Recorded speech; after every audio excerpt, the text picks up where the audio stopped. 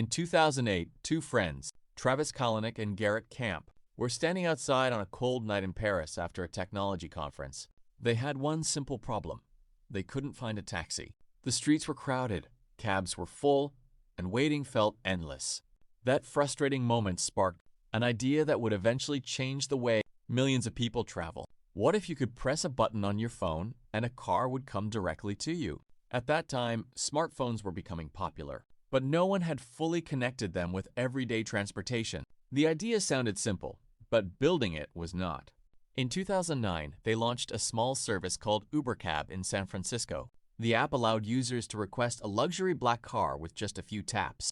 Instead of standing on the sidewalk waving at taxis, customers could see where their driver was and know exactly when the car would arrive. People loved the convenience. The company soon dropped the word cab from its name because taxi companies complained.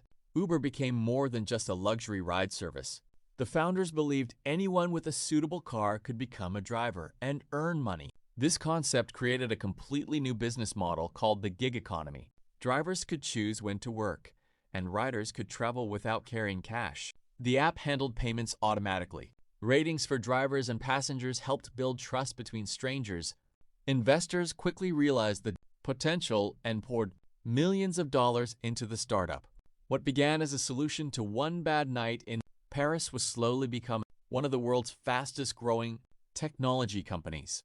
As Uber expanded across American cities, it faced a huge challenge. Traditional taxi companies had been operating for decades under strict government regulations. Uber was different because it called itself a technology platform instead of a taxi company.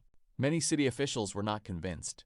Taxi drivers organized protests, claiming Uber created unfair competition because its drivers often did not have the same expensive licenses. In many places, governments tried to ban the app completely, but customers continued downloading it because it was often faster, cheaper, and easier to use than traditional taxis. Uber introduced UberX, a service that allowed ordinary people to use their personal cars to give rides. This dramatically lowered prices and attracted even more customers. The company expanded at an incredible speed, entering city after city and country after country. Its strategy was simple: launch first and deal with legal battles later. Sometimes this approach worked, but it also created controversy. The company spent millions of dollars fighting regulations while competitors tried to copy its business model. At the same time, Uber kept adding new features. Riders could share their trip location with family, split fares with friends, and estimate costs before booking. Technology was making transportation smarter. The app collected huge amounts of data about traffic patterns and travel habits, helping drivers find the fastest routes. By the middle of the 2010s, Uber was no longer just a startup. It had become a global phenomenon that was forcing the entire transportation industry to rethink how it operated. Success brought enormous attention, but it also exposed serious problems inside the company. Uber's aggressive culture became one of the most talked about stories in the technology world. Former employees described a workplace where intense competition sometimes crossed ethical boundaries. The company faced lawsuits, investigations, and public criticism over issues ranging from driver rights to corporate behavior. Some governments argued that drivers should be treated as employees instead of independent contractors. This debate continues in many countries even today. There were also concerns about passenger safety, background checks, and data privacy. At one point, a series of scandals damaged Uber's public image and raised questions about its leadership. Investors worried that the company was growing too fast without enough control.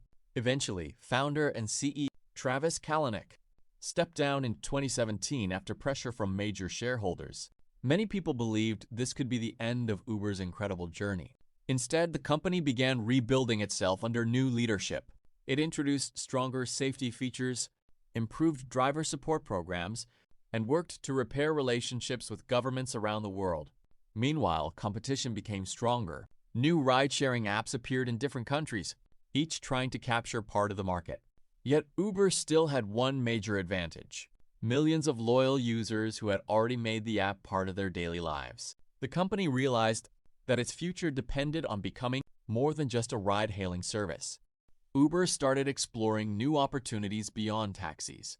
It launched food delivery services through Uber Eats, connecting restaurants with customers who wanted meals delivered to their homes. This decision proved especially important during the COVID-19 pandemic, when lockdowns reduced travel but increased demand for food delivery. Uber adapted quickly, survived one of the toughest periods in modern business history.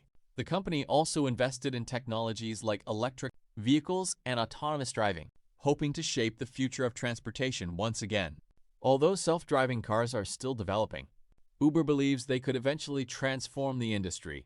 Today, the app operates in many countries and serves millions of riders every day. A simple smartphone has become a gateway to transportation, food delivery, and other services. Uber's journey is a story of innovation, ambition, and controversy. It challenged a system that had existed for generations and proved that technology could completely change an everyday activity. At the same time, it showed that rapid growth comes with difficult questions about laws, workers' rights, and corporate responsibility. Whether people love it or criticize it, few can deny its impact. The image of standing on a street corner, desperately trying to find a taxi, has been replaced for many people by opening an app and watching a car move toward them on a map.